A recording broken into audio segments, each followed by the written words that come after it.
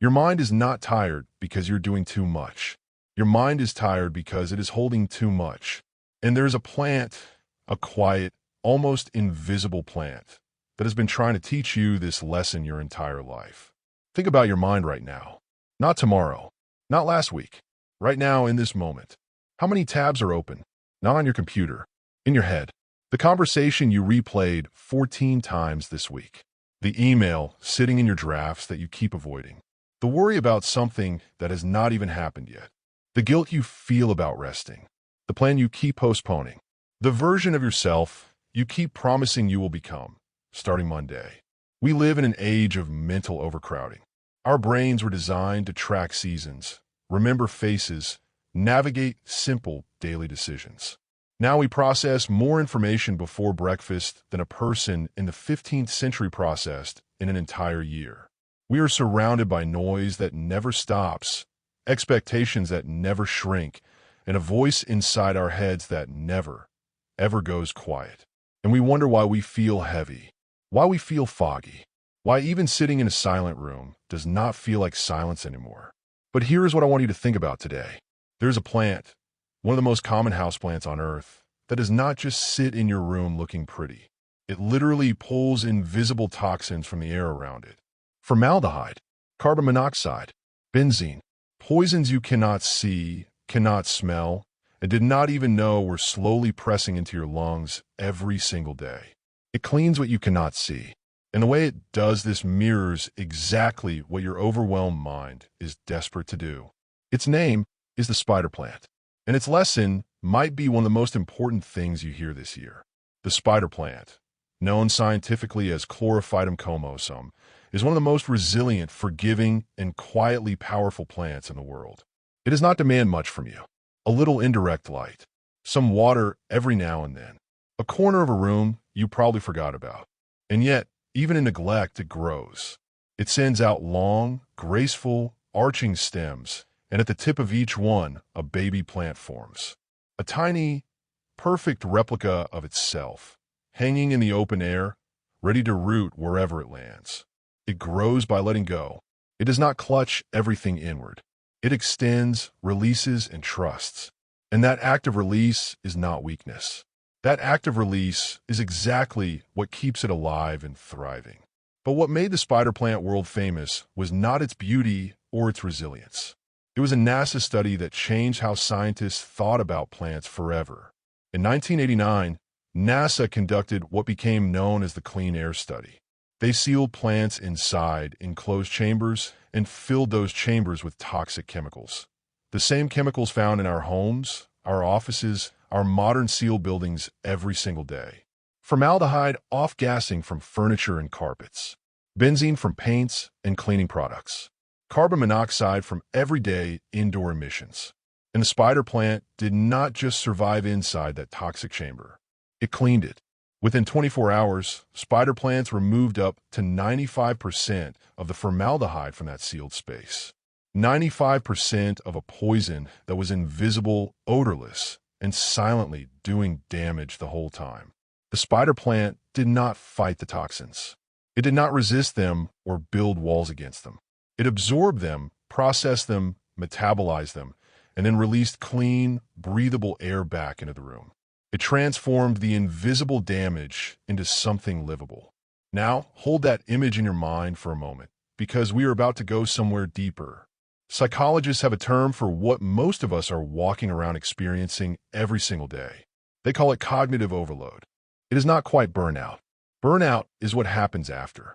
Cognitive overload is what is happening right now, in the middle of everything, while you're still trying to function. It is the state of carrying so many thoughts, so many decisions, so many background worries and micro stresses that your brain loses its ability to prioritize anything. Everything starts to feel equally urgent. Everything starts to feel equally heavy. And so nothing moves. You sit still not because you're lazy, but because your mind is so full it has run out of room to decide where to begin. You are not failing. You are simply full. Dr. Daniel Levitin, a neuroscientist at McGill University, explains it this way. The conscious mind can only process roughly 120 bits of information per second. Just to understand, one person speaking to you takes about 60 bits. That means your entire conscious bandwidth can barely handle two conversations happening at the same time. Now think about what you are actually asking your brain to manage every single day. Emails are arriving faster than you can answer them. Social media feeds designed by engineers to keep you scrolling indefinitely. Constant news cycles built to trigger urgency and fear. Relationship dynamics with dozens of different people. Financial planning, health decisions, career uncertainty, the opinions of strangers online, the expectations of people you love, the quiet, relentless voice in your own head that narrates every single moment of your life. You were never built to carry all of this at once. And the result is this low-grade mental fog that sits behind your eyes like a weather system that arrived months ago and never fully cleared. You wake up tired. You go through your day feeling like you are moving through something thick. You lie down at night, and the thoughts start again before your head even touches the pillow. This is not a personal weakness. This is what happens when a mind that was designed for one world is forced to live in a completely different one. Here is where the spider plant becomes something more than a plant. The spider plant does not try to clean all the air at once. It does not strain itself. It does not work overtime or push through exhaustion. It simply exists in the space, doing what it was naturally designed to do, and the cleaning happens as a consequence of that natural presence. It does not fight the poison. It metabolizes it. And there is something profound in that distinction that I want you to sit with for a moment. Most of us have been taught to deal with difficult thoughts by fighting them, by suppressing them, pushing them down, staying busy enough that we never have to look at them directly. Or on the other extreme, by obsessively analyzing them, turning them over and over until they have expanded into something far larger than they ever needed to be. Neither approach works. Fighting a thought gives it power. Obsessing over a thought gives it permanence. Neither fighting nor obsessing is metabolizing. Metabolizing is something different. Metabolizing means acknowledging the thought, feeling honestly, letting it pass through you completely, and then releasing it, not because you forced it out, but because you allowed it to move the way it naturally wants to move, which is through you, not into you. Your thoughts were never meant to be storage. They were meant to be weather, to come in, to pass through, and to leave the air behind them cleaner than it was before. There's a philosophy that has been growing quietly in psychological research circles over the past decade. It does not have one single official name, but the idea is called mental minimalism. It is not about thinking less. It is not about becoming emotionless or detached from life. It is not about achieving some blank, empty state of perfect calm that no real human being actually lives in. Mental minimalism is about choosing what gets space in your mind, the same deliberate way you would choose what gets space in your home. Because here is the truth that nobody tells you clearly enough. Not every thought deserves a room. Some thoughts are like furniture. They are structural. They support the life you are actually living. Your values, the people you genuinely love, your real sense of purpose, the things that make you feel most like yourself. These thoughts deserve space. These thoughts deserve your care and your attention.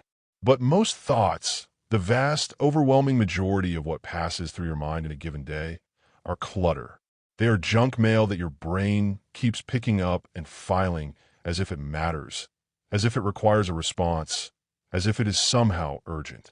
The offhand comment someone made 6 months ago that you are still editing your response to. The comparison you made between your life and someone else's life based on 3 seconds of a curated image on a screen. The hypothetical disaster that has almost no statistical chance of happening, but that you have already planned for in 17 different ways. The guilt about a version of yourself you used to be. The anxiety about a version of yourself you have not become yet. You have given these thoughts permanent residence, and they're taking up the space where clarity is supposed to live. The space where peace is supposed to live. The space where your actual, real, present life is happening right now while you're somewhere else in your head. The spider plant teaches us something radical in its simplicity. It takes in what is toxic. It does not keep it. It processes it and lets it go. And because it lets it go, it has the capacity to keep cleaning. It does not fill up. It does not become saturated with the poison it has already handled. It releases, and in releasing, it stays capable. Your mind needs to do the same thing. Not by force, not by willpower, but by practice. By the slow, patient, daily practice of noticing what you are holding, asking yourself honestly whether it deserves to stay, and then, gently, without drama, letting it go. The Japanese have a concept called ma. Written as a single character, it refers to the space between things. The pause between sounds, the emptiness between objects, the silence between words. And in Japanese aesthetics, ma is not considered an absence of something. It is considered the most important part of the composition. The silence between musical notes is what gives the melody meaning. The white space on a page is what gives the words their power. A room with one beautiful object in it says more than a room with 100 objects competing for your attention. Your mind needs ma. It needs open space, unscheduled time, thought-free walks through ordinary streets. Mornings where the first thing you reach for is not your phone, but the window. Quiet evenings that do not need to be filled with content. That emptiness is not wasted time. That emptiness is not laziness or avoidance or falling behind. That emptiness is the architecture your mind has been quietly begging for. It is the space in which your best thoughts actually form, in which your deepest feelings actually surface, in which you actually become capable of hearing yourself again. Studies from the University of Exeter found that having plants in a living or working space increases productivity by up to 15%. Researchers at the University of Hyogo in Japan found that looking at a small plant on your desk for just 3 minutes measurably reduced physiological stress markers, lower heart rate, reduced anxiety, calmer nervous system response. 3 minutes. Not a retreat, not a month off, not a complete life overhaul. 3 minutes of quiet, genuine attention directed at something living, something green, something that is simply existing without agenda. Because something about the presence of living things, real, natural, breathing things, quietly signals to our nervous systems that it is safe to slow down. It is an ancient signal, older than language, older than civilization. When green things are growing nearby, something deep inside us registers that the environment is safe, that we do not need to stay at high alert, that we can, at least for this moment, rest. There is one more thing about the spider plant that I want you to know, something that makes it unlike almost any other common houseplant. The baby plantlets, the small, perfect replicas that grow at the ends of those long, arching stems, they can survive completely on their own. If you cut one free and place it in soil or in water, it roots. It establishes itself. It grows into a full, independent, thriving plant with its own stems, its own leaves, its own capacity to clean the air around it. The mother plant releases them, and in releasing them, it does not become less. It becomes more available, more capable. It directs its energy toward its own growth rather than toward holding on to what was always meant to leave. But if the mother plant never lets go, if it holds every plantlet attached forever, something changes. It begins to strain. It puts all its energy into maintaining those attachments rather than into its own health and growth. It weakens, and slowly, it stops producing new life altogether. Some of us are doing exactly this. We are holding on to thoughts, to old pain, to identities we outgrew years ago, to versions of situations that no longer exist, to grudges that weigh more than whatever they were originally about, to possibilities that have long since closed. And we are holding on because we believe that letting go means losing something. But the spider plant shows us the truth of it. Letting go is not loss. Letting go is exactly how you make room for new growth. The plantlet that is released does not disappear. It becomes something more than it could have been if it had stayed attached. And the plant that releases, it becomes something more too. Both grow. Both thrive. Not despite the release, but because of it. Tonight, or tomorrow morning, I want you to try something very simple. Find a quiet spot. If you have a plant nearby, sit close to it. If you do not, look out a window and find something green. Something that is alive. Something that asks absolutely nothing from you. And for just 3 minutes, do nothing else. Do not think about your to-do list. Do not plan tomorrow. Do not analyze yesterday. Do not reach for your phone. Do not try to meditate perfectly or breathe in any specific way. Just sit with the living thing in front of you. Just be in the same room with something that is quietly, effortlessly alive. Let the cluttered air inside your mind pass through you, not by forcing it, not by fighting it, just by giving it room to move the way the spider plant gives toxins room to move through its roots and leaves. You were never meant to carry this much. You were never designed to hold everything all at once. You were built for seasons, for fullness and for emptying, for accumulation and for release, for being deeply present in one thing rather than barely present in everything. The spider plant has known this all along, sitting in the corners of our rooms, asking for almost nothing, cleaning air we did not even know was dirty, releasing what is ready to be released, and growing stronger for it. It was never just a houseplant. It was a teacher, and it has been waiting quietly for you to notice. The world will keep being loud. The demands will not stop arriving.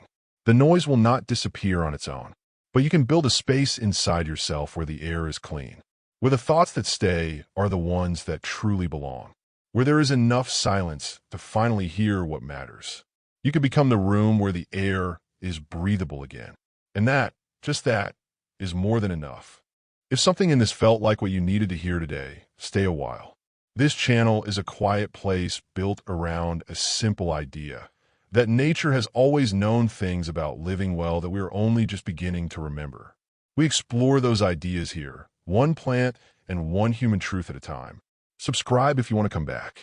Share this with someone who is carrying too much right now. And if you have a thought, leave it in the comments. This is a space for real conversation. Thank you for being here today. Breathe well.